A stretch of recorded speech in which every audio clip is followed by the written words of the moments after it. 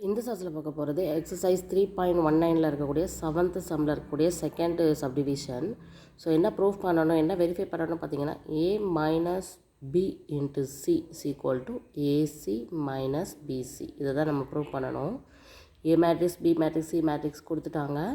So left hand side right hand side எடுத்து ஒவ்வொரு சைடும் ஈக்குவலாக வருதான்னு நம்ம வெரிஃபை பண்ணி பார்க்கலாம். அதில் ஃபஸ்ட்டு லெஃப்ட் ஹேண்ட் சைடில் என்ன இருக்குது, ஏ minus B into C.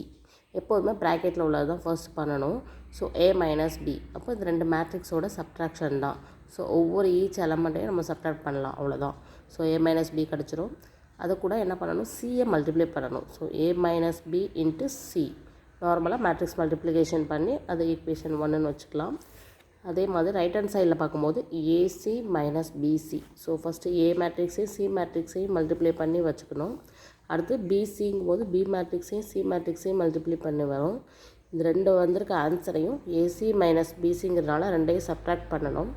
Subtract பண்ணி வர்றது 2ன்னு வச்சுக்கணும். இப்போ இந்த 1ஐயும் 2ஐயும் பார்த்திங்க அப்படின்னா ஈக்குவலாக தான் இருக்கும், ஈக்குவலாக தான் வரணும். ஓகேவா?